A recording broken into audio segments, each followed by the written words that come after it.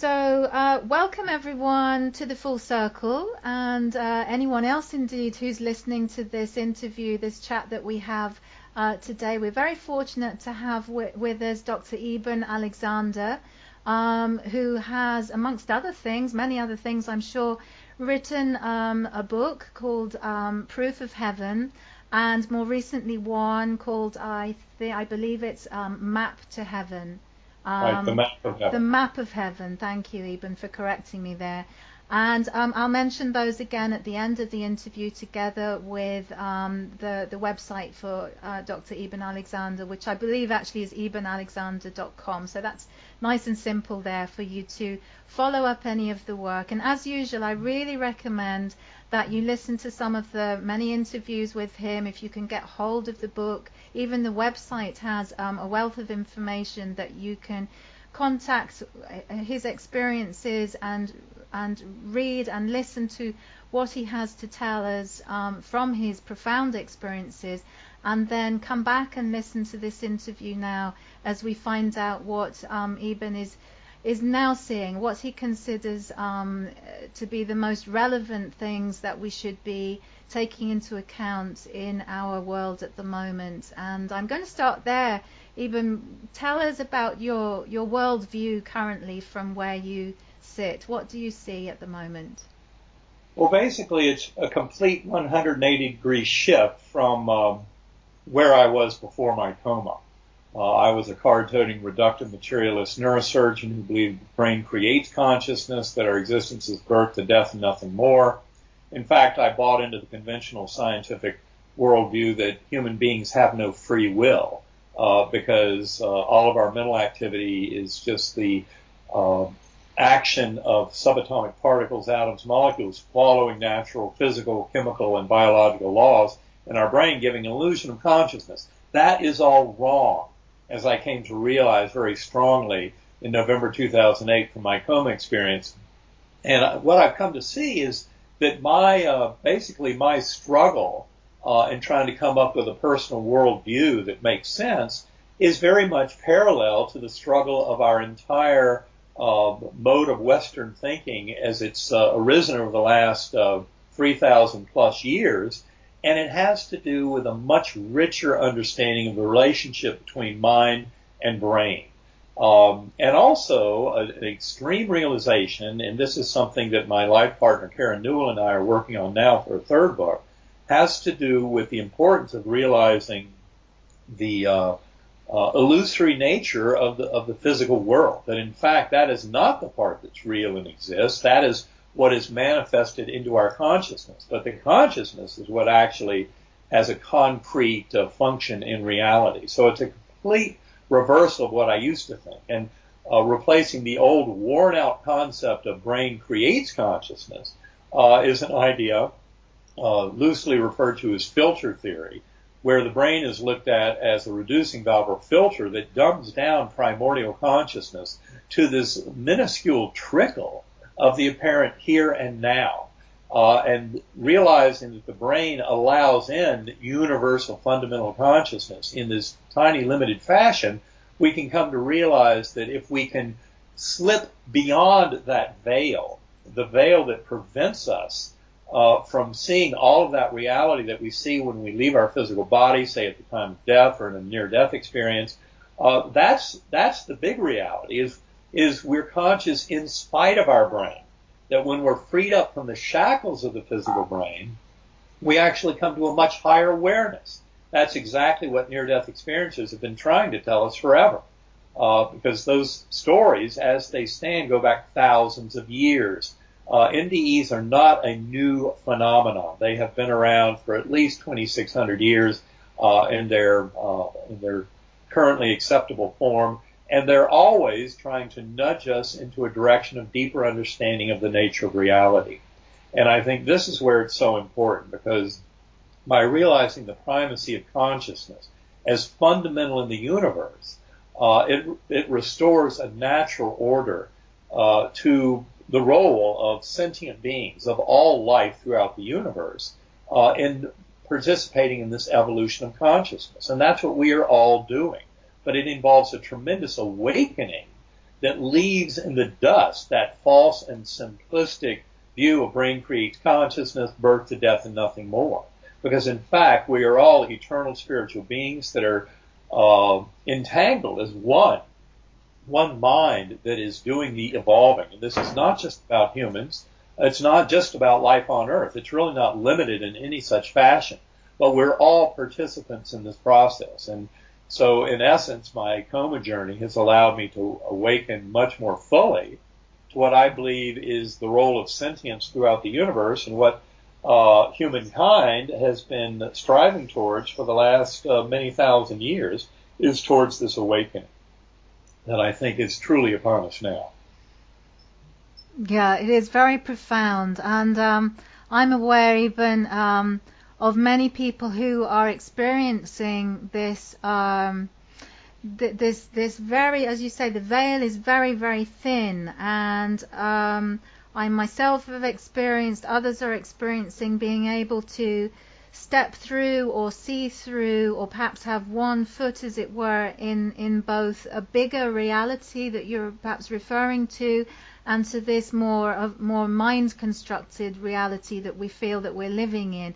Have you also come across many people in the circles that you move in, you and Karen, experiencing this in these times? Yes, I would say we experience that really weekly and monthly in our travels.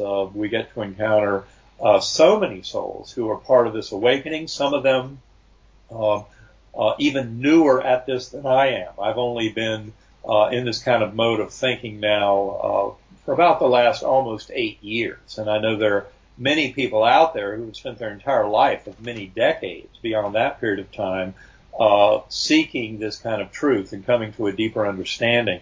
But everyone is where they are on this journey, and each and every one of us are participating in that evolution. That, of course, includes those who are waking up just today to a realization that there's much more to this universe than the physical, observable universe, and that are tapping into our consciousness and into that one mind, that one consciousness, is our way of coming to know far more of our identity with this evolution of consciousness that this awakening represents. You've mentioned there you've been participating a number of times. So would you say that people are participating in this evolution of consciousness now, whether they're aware of it or not? But if they become more aware of it, then the whole change is accelerating faster? Or how is our participation in this development affecting its reach or its speed? Is this part of the story for you? It's definitely part of the story, and I would say that the more people go within, the more powerful this awakening is coming on, and the more rapidly and efficiently it will arrive to this world. And that's why it's important to get the message out there, that going within is an important way of binding together as that one mind, as that one consciousness, taking that much higher view that is a win-win view, that there is abundance in this universe, and that we're all part of that. We're here to help each other. That's how souls gain the highest currency, and that ascendance towards oneness with the divine is by participating from the point of view of seeing the higher good and bringing that unconditional love that has an infinite capacity to heal, bringing that into our lives. We bring it in individually. We bring it in as soul groups, prayer for others. We bring it in as prayers for all of humankind, all of life on earth and beyond. This is really about our being co-creators, because in every sense, we are not judged by some higher being in that life review. We're judged basically as our higher selves in the light of that brilliant love, that unconditional love. And that is really the mechanism of all learning, teaching, growth, and ascendance, is that process of learning and teaching, which is why the veil is even set up in the first place. The hardships and difficulties in life, the challenges and hurdles, illness, injury, these are all gifts. They are the stepping stones by which our souls can ascend to higher and higher levels. It's how we deal with those hardships, whether we're able to manifest and recover that love, that we are divine, eternal, spiritual beings worthy of that unconditional love, and being able to share that with others. Can we meet all these challenges and hardships in our life with the power of unconditional love? I think that's really the current challenge for humankind, is to recover that infinite healing power of unconditional love and manifest it in our personal lives, in our lives as groups, as soul groups, ethnic, national groups, what have you, but to recover that memory of the oneness and the divinity and the love, and that love without conditions ultimately has infinite power to heal. In my journey, it was very clear this was not a battle between the forces of good and evil, but I saw that the apparent forces of darkness and evil were very much just the absence of the light and love. So much of the trouble in our world today is because we don't even love ourselves enough. And so it's really by recovering that love of self, that we are all eternal,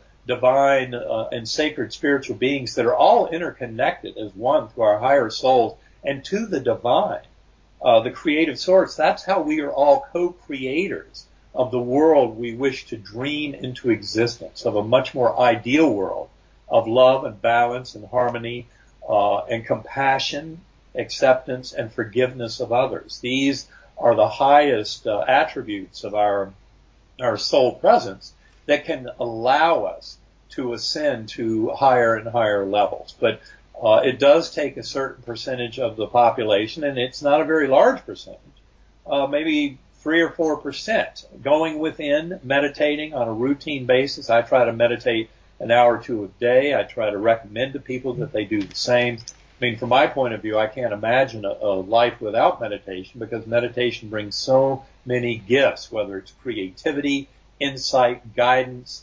healing of self, healing of others. Meditation is what really opens the door to allow our consciousness to manifest the world of its dreams. Yes, now those tools that you're talking about, let's focus on those for a moment, Eben. You've spoken about meditation. Is it important? Does it matter the type, the style of meditation? Have you recommendations there for people? Well, I would say that any form of going within, deep centering prayer, forms of deep meditation. I know many people say, well, I can't meditate. I've got too much of a monkey mind in my head. You know, the little voice in the head, the voice of ego and of fear and anxiety.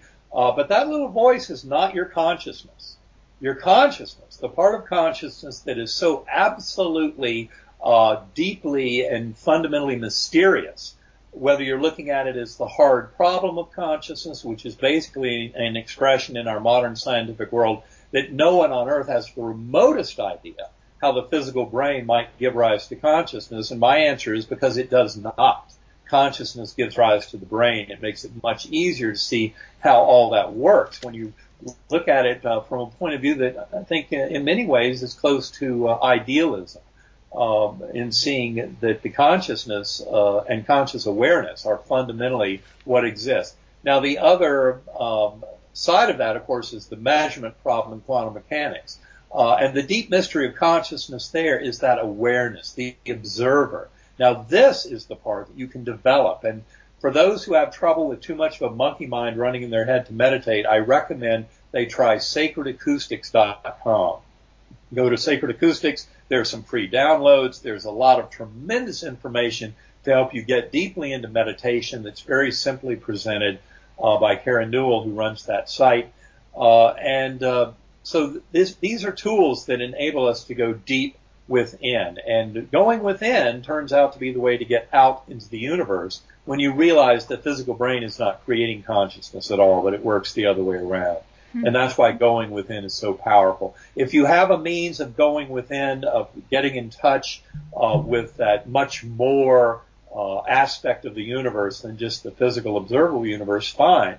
But if you need some help, I can highly recommend Sacred Acoustics. I've used Sacred Acoustics tones daily. In fact, I help develop a lot of those tones, and a lot of them are my personal favorites. But just really powerful tools, and like I said, there's some free downloads so people can go give it a try. Listen through headphones, which is crucial because these differential sound frequencies have their greatest impact when you listen through headphones. So they're not as powerful over speakers, although we'll often use them in big meditation play shops, as we call it, where we play them over speakers. But those particular tones have been engineered to work better through speakers. But all of these tones are more powerful through headphones. But by going within and by setting this aside, whether you spend 20 minutes a day or 2 hours a day, whatever you have time for, best to make it a frequent practice. And over time, you will start to see benefits that far outweigh whatever you put into it. Yes, these tones are very interesting.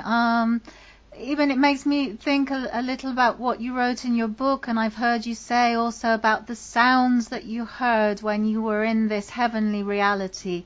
Is this reflected now in the acoustic tones that you're talking about?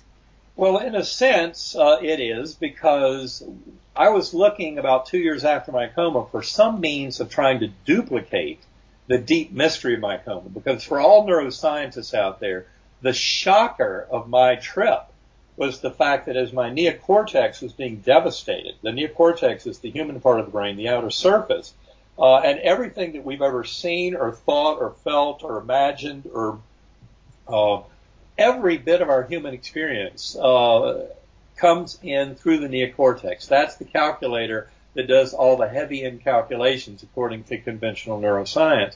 And yet mine was turned off. And as it was progressively turned off, my conscious awareness actually became much greater. That's the part that was such a shocker.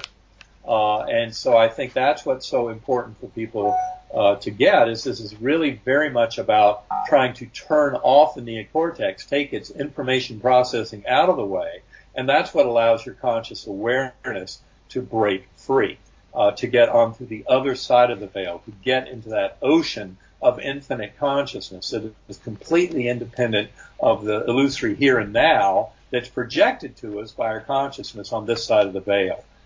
So these tones have tremendous power to release us from the shackles of the physical brain. So am I correct in saying that the type of lucidity that you experienced, or that we can experience, is also enhanced when we're able to turn off or quieten this neocortex, this part of the brain which is more the mechanical side, the kind of thinking, logical side that perhaps keeps us, as you say, shackled in this more illusionary material world? Is it that's the kind of tipping point, in a way, the key that opens the door to the greater lucidity, is to shut that off, at least for that period of time? If not, well, if it's shut off, would it be true to say that if it's shut off more permanently, do we then experience this greater reality more of the time? Would we bring heaven on earth? Say that, let's remember, we're conscious in spite of the brain. So in other words, the brain's main function is actually limiting consciousness down. The neocortex is a huge part of that. Now, for those who would recoil at that in the world of neuroscience, I point out a few commonly observed clinical phenomena that completely defy the brain produces consciousness model. One is terminal lucidity, where elderly demented patients often have these great oases of clarity and reflective thought right before they die. And it's often at a time when they encounter the souls of departing loved ones who are coming over to meet them and escort them over. So terminal lucidity. Another common clinical example that defies the production model that the brain produces consciousness are the acquired savant syndromes. People who have some form of brain injury, head trauma, stroke, autism, what have you, that opens up a superhuman mental capacity within them. Even though their overall mental capacity may be diminished, they can have these islands of incredible, like, abilities of calculation or abilities of visual memory, abilities of musical memory, things like that, musical composition. They can have whole new mental faculties open up to them because of brain damage. So that's all a very kind of interesting phenomenon. One more thing to mention along those lines, a recent spate of experiments that are you still there? Let me see. Yes, you are. I'm here.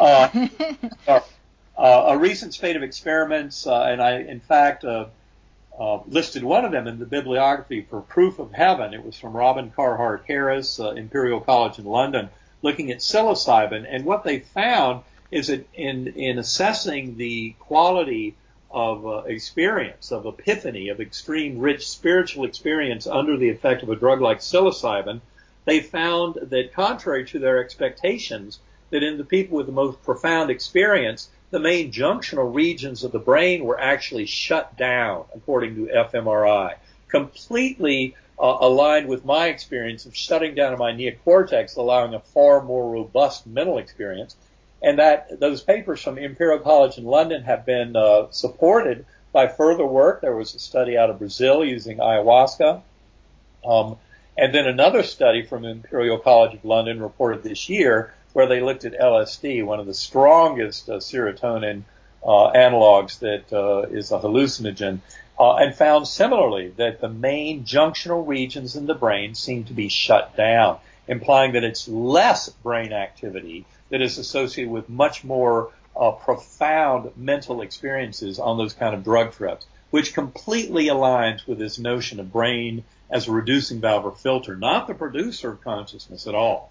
And of course, now one needs to pay much bigger attention to the realms that one encounters with those, quote, hallucinogens, because in fact the commonality of that territory is very rich across all cultural boundaries, across centuries. When you see these kind of reports and understand what's going on, they're describing more of a reality that is an alternate reality than just some vague, chaotic hallucination. And that's why I think these kind of drug studies are opening up the scientific window on deeper investigations into consciousness and understanding what's going on. But everyone can participate in the excitement of this kind of discovery by going within, by finding the power of your own ability to manifest the actualities unfolding in your life. And by doing that, by taking that higher view, by using meditation to get that guidance, get the insight, get the connection with that higher kind of soul and spirit, and an ability to then co-create the evolving universe with other sentient beings that are similarly in a process of awakening.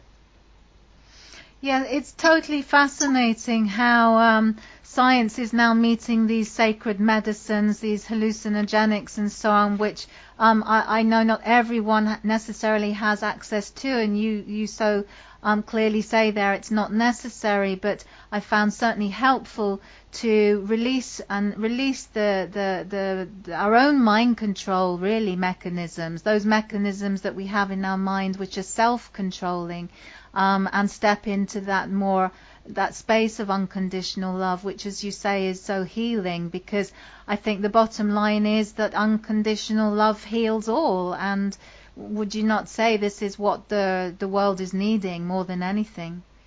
Yes, I think that's a crucial part of understanding, is the power of unconditional love to heal is unmatched by anything that could ever come out of just the ignorance and darkness of unawakened souls. There's plenty of room for apparent darkness and evil. I mean, we see that in our modern world. But the big reality is that unconditional love ultimately will prevail and will never be undone by forces of darkness and evil that are really just the lack of that beautiful power of love. I think one other comment I'd like to make, I find it very important in our current scientific era that governments are now allowing research into psychedelic drugs, but I do not recommend them for casual use by the casual user outside of a sacred setting, outside of working with a professional. I far more recommend meditation. It's a much safer mode of getting there. You can easily get as far with meditation as you can with the psychedelic drugs, but it does take a longer time and more commitment to get there. As a general rule, I've known people who had profound epiphanies their first time in with meditation. that easily outdid anything that I've ever known of happening through psychedelic drugs. So the power is there with meditation to have extreme effects even early on. But as a general rule, I tell people that expect that this is going to be a lifelong practice, and it's one that is well worthwhile. It brings more benefit to one's life than any other step I could imagine. That is this act of going within, of meditation, to seek individual and health for the whole planet, insight and guidance, understanding of one's purpose, etc. So much is available by going within and realizing that we're getting in touch with a much grander force of universal consciousness. That's great guidance there. Thank you, Eben, because I think the times that we're in are also really helpful in enabling people to come to this point within, perhaps, as you say, even very quickly. And in turn, this helps us to see the world, the material world as we understand it, with a very different viewpoint, and the actions that we then take are based in something very different to confrontation, but with a real level of wisdom and kindness and understanding, which obviously then will have a very different result. So I really, from the bottom of my heart, I really thank you for your time and your generosity and the sharing that you do of your experiences. Do we have time for you to mention, Eben, the kind of things that you and Karen are doing that people might be able to access? Is it simpler if they go to your site to find out what kind of workshops and things you're currently running? Well, I think people can find out much more by going to ebenalexander.com, as you mentioned a few minutes ago. Also, I highly recommend people who want to get into meditation, want some tools to give them great power in meditation, visit sacredacoustics.com. Very powerful site. Karen does a great job of putting a lot of instructional videos on there, other instruction, very simple and concise clues to how to get the most out of your meditation. Also, a lot of insight on her website about the various offerings that she has for certain sound journeys, things like that. For people who want to learn more, I also often recommend visit Eternia, eternea.org, a great site for learning more about the physics of consciousness, the coming synthesis of science and spirituality. And also people are able to leave their own epiphany, their own awakening, no matter what its form, on a database that's building there at eternia.org. Also, for people interested in learning more about near-death experiences, go to IANDS. That's for the International Association of Near-Death Studies, IANDS.org. Wonderful resource for people who want to learn a lot more about NDEs, which I think near-death experiences are the tip of the spear leading this awakening. So people can learn a lot more at that site too. Very good. Well, I'll make sure those links I drop them into the information box. And Eben, I'm also going to ask the people that are listening, particularly as members of the Full Circle Project, if they would like to write in with any questions or they have anything to direct at you that's relevant to what's happening, to your experience, their experiences. I'd love to hear from the listeners, and I would really very much like to be able to invite you back to speak with us again at some point. I know you're very, very busy, so I again appreciate very much that the time that you've been able to spend with us today. We could speak for hours, I know it, because it's such a... I would love to. We'll have to speak again sometime, okay? Yeah, for sure. Thank you so much, Eben. Thank you so much. And you have speak a great very day. soon. We'll talk soon. You too. Bye-bye Bye. now.